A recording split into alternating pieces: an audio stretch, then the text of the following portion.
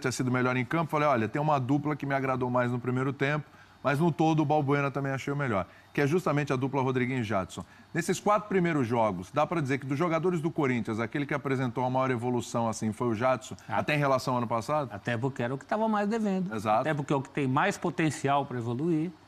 Né? De fato, começou a dupla Rodriguinho e Jadson. Se fosse um jogo inteiro, naquele ritmo, era uma coisa alucinante. Né? E o próprio jogo não pediu isso para o Corinthians. No segundo tempo, a bola chega menos neles, justamente porque a proposta do Corinthians muda, em função do placar, em função da necessidade do São Paulo. Né? Esse é um ponto. Os jogadores ressaltaram uma coisa que eu também falei, que o Corinthians foi melhor na maior parte do jogo. Não sei se a questão é matemática. O Corinthians foi melhor nas partes mais importantes, nas partes mais decisivas. Quando o Corinthians faz 1-0, não há muito o que cobrar do São Paulo, porque até ali o São Paulo não tinha tocado na bola. Sim. Depois percebe-se que o Jusilei estava muito sozinho naquele trabalho. O Corinthians estava tendo muito espaço. O Dorival logo percebeu isso, botou o Petros para ajudar. O São Paulo melhora e empata quando já merecia ter empatado. Tinha acabado de mandar uma bola na trave com o Shailon. E quando o Corinthians faz 2-1, aí sim é a história do detalhe. É o detalhe no clássico, mas não é o detalhe esporádico. É o detalhe no momento certo. Puxa vida, é tão fator surpresa assim, o Balbuena subindo na área num escanteio? Não, a gente já viu o homem isso tem 10 vezes. Gols. Fez um desses no último jogo contra a Ferroviária. Clássico contra o Palmeiras, que praticamente decidiu o brasileiro, não foi de cabeça, mas ele estava lá para empurrar a bola para dentro do Cruzeiro, ano passado, no Brasileiro. É mais manjado, não justifica a defesa do São Paulo. O Jusilei falou sobre isso depois do jogo, não se toma um gol desse, e é verdade. Por N motivos, não se toma um gol desse. É fraca a reclamação da história da parede do Casim. Né? No lance do gol, ele não estava fazendo isso. Então, não tem o que justificar. E também essa história que o Diego Souza falou, de que o Corinthians se defende muito bem, concordo. Com uma equipe, o Corinthians sempre se defendeu muito bem. Inclusive, o Carille tem mexido do meio para frente, né? Tem em relação ao jogo anterior, sim, mas tem mantido para manter defesa ali. Mas hoje o São Paulo também teve espaços que não aproveitou bem. Sim. Né? Principalmente nas costas do Juninho Capixaba, que está se revelando um jogador muito bom do meio para frente, mas nessa função de voltar, ele está devendo.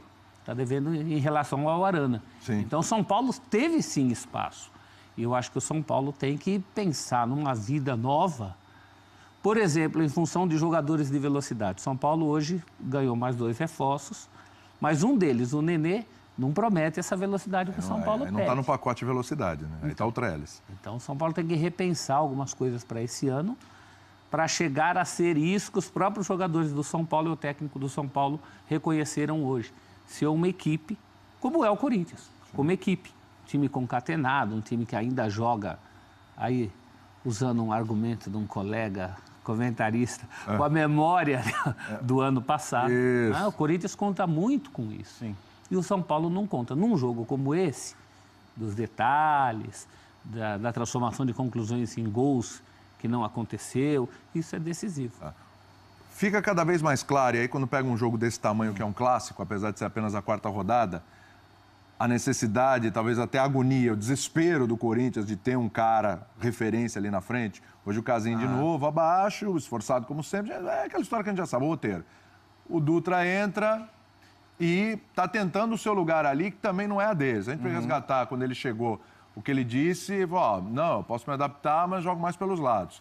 Está tentando se virar ali. Também não teve uma boa participação entrando no jogo.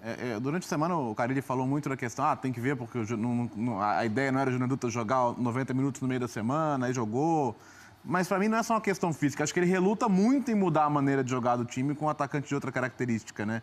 Então por isso que acho que ele ainda continua esperando novidades do mercado, e precisa mesmo, né? Acho que está muito claro que é necessário, não tem condição de encarar um ano com o Casim como o seu camisa 9. Por outro lado, o time já está passando por uma transformação. A maneira de jogar do Corinthians esse ano já é diferente do ano passado. E é legal ver o Jadson bem, porque o Jadson é o mais, entre aspas, afetado por bem, no caso, beneficiado. Sim. Porque ele sai do lado, vem jogar por dentro, e esse entendimento dele com o Rodriguinho por dentro é muito positivo, porque dá a pinta de que o sistema pode funcionar. Mas o Carille tocou nesse ponto. Tem que funcionar ajudando o time a ficar com a bola. Porque, naturalmente, você vai sofrer um pouco mais sem bola, tendo os dois. Porque, por mais que o Romero volte, ajude, o Cleison também possa fazer esse trabalho, Não são exatamente dois exímios marcadores ali por dentro e pode sobrar muito pro Gabriel quando o time estiver sem a bola. Então, quando ele muda esse esquema, ele está querendo que o Corinthians tenha mais a bola também e dite mais ele o ritmo dos jogos. E quando isso não acontece, como no segundo tempo hoje, o time vai sofrer. E aí fez falta o que o Celso já tocou, a tal velocidade do São Paulo. Porque volume não faltou ao São Paulo, nem controle. O São Paulo não fez um mau segundo tempo. Sim. Mas na hora de dar o passo a mais, na hora de criar, na hora de circular a bola mais rápido, isso não aconteceu. E aí a minha dúvida é, chegou o Diego Souza, chega o Nenê, chega o Trellis. Como é que vai funcionar isso aí, juntos? Não só na questão da criação, e aí tudo bem, você tem um jogador a mais que é criativo como o Nenê, mas como é que eu vou funcionar sem a bola com esses caras juntos? Eu estou muito curioso. Estou muito curioso para saber como é que vai funcionar isso. Mas assim, acho que no final das contas, eu sei que o torcedor do São Paulo está de saco cheio de perder clássicos, que os números são péssimos, mas a gente não pode mudar o discurso. Continua sendo começo de temporada, a gente continua sabendo desde anteontem, que o Corinthians é um time muito mais avançado na preparação e na maneira de jogar. Então o São Paulo tem que ter serenidade agora e outra. Dá tempo para que os reforços possam entrar no time aos poucos, né? Só que você falou aí, de cansar de perder clássico, Thiago Salato, companheiro, inclusive, tuitou. Tricolor só ganhou 4 clássicos em 27 partidas desde 2011. É a 14ª derrota em clássicos nessa década no Paulistão, hein? No Paulistão. Realmente é um número péssimo para uma equipe do tamanho do São Paulo, né? Preciso ir para o intervalo, a gente volta já já. Tem Salve Espínola para falar de polêmicas no Pacaembu. Voltamos já já.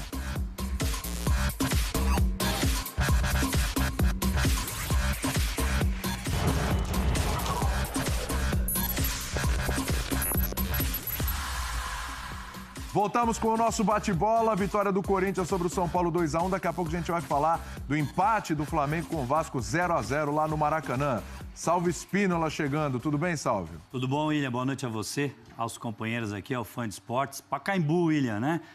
Marcela Aparecida pitou, torcedor do São Paulo reclamando aqui do Fagner. Dá uma olhada, Léo. Que susto, achei que ele ia falar, Marcelo Aparecido, torcedor do São Paulo. Achei que você ia dedar o Marcelo. Marcelo aí, que torcedor. Torcedores do São Paulo reclamando desse arremesso lateral, ó. Conseguido, corretíssimo arremesso lateral. Pode ver que o Fagner pisa na linha, como diz a regra, tem que pisar na linha, tá com o pé fora, a bola vem de cima. Com frequência, o lateral do Corinthians cobra o arremesso lateral assim e não... A gente olha aqui, ó, independente se bate ou não, e a gente vê que não é um movimento tão natural, porque ele se beneficia. E é exatamente o que diz a regra. Nesse momento, olha onde o Casinho está olhando, né? Olha lá. Exatamente procurando, bate, Marcelo Aparecido já apita, anulando o gol. A questão que muita gente está falando é o seguinte: disciplinar, tecnicamente anular o gol. É para cartão amarelo ou não? Isso é o que se discute. O que diz a regra? Fazer o gol com a mão querendo enganar o árbitro, cartão amarelo. Aqui, o Marcelo Aparecido entendeu o seguinte: velocidade rápida, distância curta, houve um domínio, não é querer enganar a arbitragem no movimento. Eu concordo com ele, não mostrar cartão amarelo nessa ação, não tem ação disciplinar, tem só ação técnica de anular o gol, correto. Até agora ninguém te questionou em nada aqui, hein? Vamos ver se vai continuar nem disciplinar. Assim. E aqui, William, não tem que me questionar também, não. Vamos elogiar. Não tem nada que me questionar aqui, não. Não. Ditador, Salve Espínola.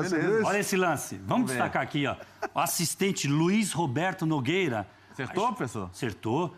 E nós aqui sempre trazemos, olha lá, quando o Jusilei faz o lançamento, a gente vê aqui que o Marcos Guilherme está parte do corpo à frente, sim. E por que o assistente fez isso, William? Quantas vezes a gente traz essa informação? Olha o que o assistente faz. Recua. Ele tem exatamente colocando o corpo para frente e buscando um ângulo melhor, uma amplitude melhor. E essa é a técnica correta do assistente, porque parte do corpo do Marcos Guilherme, olha o joelho à frente. Sim. O braço não conta, milimétrico isso. Parando, tem um corintiano aqui embaixo que podia complicar, né? Que é o Fagner. Que tá aqui, mas é lá que ele está vendo e a gente vê essa distância, se a gente for colocar... A gente pode considerar que o Pacaembu, a gente vê aqui nessa distância. Mas vale destacar, William, de frente para o campo, ideal posicionamento, e esse recuo ajuda muito na amplitude do assistente. Parei no computador, olhei, acertou o assistente. Boa arbitragem, sem interferência no resultado, Marcelo Aparecido. Vamos dar o crédito, né? A gente sempre fala. Lógico. Luiz Alberto Nogueira, assistente 2 no Pacaembu. 2-1, resultado legítimo, sem interferência da arbitragem, William. Muito bem. Você ia falar alguma coisa? Não, quantos pontos o Bandeira ganha por acertar essa aí com a comissão de arbitragem? Esse ganha uma pontuação boa e merece, né? É. Porque o lance é difícil, Léo. A gente sempre fala aqui, lance difícil, tem que dar desculpa para o assistente. Lance difícil, tem que aplaudir o assistente, porque acertou. Teve um lance no primeiro tempo que ele acerta também um impedimento difícil do Corinthians. Tem 2. Parece que quem chega na bola não está impedido, mas ele acerta, porque no início da jogada ele percebe que os 2 estão impedidos. E aí vamos mudar. Daniel Zioli, assistente número 1, que o William lembra muito quando o Santos foi campeão contra o Santo André. Daniel Zioli trabalhou comigo naquele Lembro jogo. bastante. O William lembra muito de 2011, né, William Isso que eu te Tavares? adoro, 2010, né? 2010, o William lembra muito. Isso que eu te adoro. Lance também difícil, 2 em posição de impedimento. E aí o árbitro, Marcelo Aparecida, achou que quem saiu da bola não estava impedido, porque não participou, mas aí ele faz até o gesto. O segundo também está impedido. Boa arbitragem, né? Não tem polêmica, a gente viu a entrevista. Tranquilo. William, vale destacar, Fala. São Paulo sai do primeiro tempo reclamando bastante, principalmente o Petros, que o Corinthians tem uma jogada ensaiada de colocar o Casim em posição de impedimento, bloqueando os jogadores. O gol do Corinthians é legal, o Casim não fez nada disso, não estava atrapalhando. Já vi gols do Corinthians com essa irregularidade, mas no jogo de hoje o gol foi legal. Muito bem, Salve. É o seguinte, já que não tivemos polêmica, o Salve vai voltar daqui a pouco para falar do Clássico Carioca, né? Quero usar esse restinho de tempo aqui nesse bloco, que a gente tem que ir para o intervalo, mas para falar de uma coisa que nós não falamos no primeiro bloco, que é Diego Souza, 2 coisas, né? Diego Souza e Cueva. O que eu entendi pelo Dorival é que se está com a diretoria, mesma coisa que o Eduardo Afonso falou, se está com a diretoria, não está com ele, então ele vai esperar resolver para colocar o Cueva ou não. Né? Isso. E eu já vi manifestações na internet, a boa parte da torcida de São Paulo está contra o Cueva mesmo, né?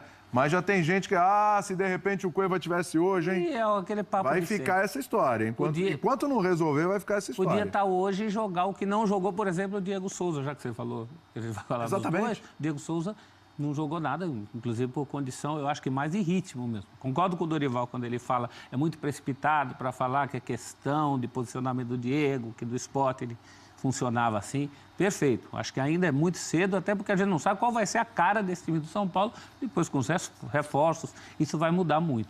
Mas o Diego Souza, por exemplo, estava em campo hoje, pouco fez.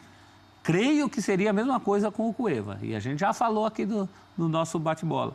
Eu não começaria o ano refém do Cueva, como o São Paulo está ameaçando começar, ou pelo menos essas pessoas que se colocam viúvas do Cueva, depois também do resultado, com o resultado do clássico na mão. Aproveita o resultado, né? É. Porque é isso, enquanto não resolve... O São Paulo precisa resolver essa situação, porque enquanto ficar essa coisa pendente, vai acontecer esse tipo de situação.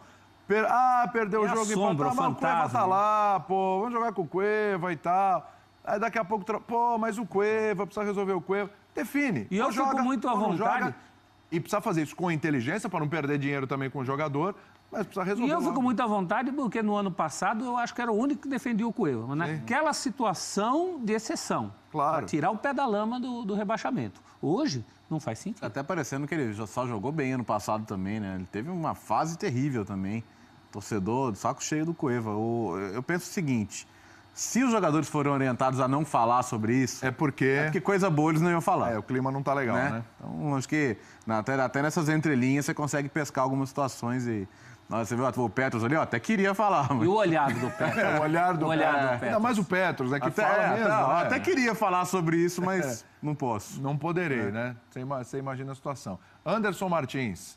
Já vão cornetar o Anderson. Na redação saiu um gol. Anderson Martins de novo. Né? Calma, né? Também é questão de entrosamento. É muito cedo, né? Não vamos nos esquecer que zagueiro bom é zagueiro bem protegido. Sim. O São Paulo, no começo do jogo hoje, teve justamente esse problema, com o Jusilei sobrecarregado ali, com um latifúndio para o Corinthians trocar a bola. Eu acho cedo até porque o Anderson Martins é um zagueiro de muito boas passagens, não só pelo Vasco. No próprio Corinthians, quando emprestado, só não ficou porque não tinha acordo com os árabes. Mas é um zagueiro cumpridor. Acho que tem que ir com calma. Quantas situações de bola parada ele teve a chance de treinar com o São Paulo até agora, o Anderson? Nossa, quase nada, né? Então, acho que tudo bem, é um erro individual. Ele devia estar no Balbuena. Claro, evidente. Perfeito, mas calma, assim, são alguns mecanismos ele vai adquirir com o tempo. Pô. Claro, sem dúvida. Bom, vamos fazer um intervalinho? Vamos nessa? E daqui a pouco, tudo sobre Flamengo e Vasco. Mais um clássico que termina em 0-0 lá no Rio de Janeiro. Voltamos já já.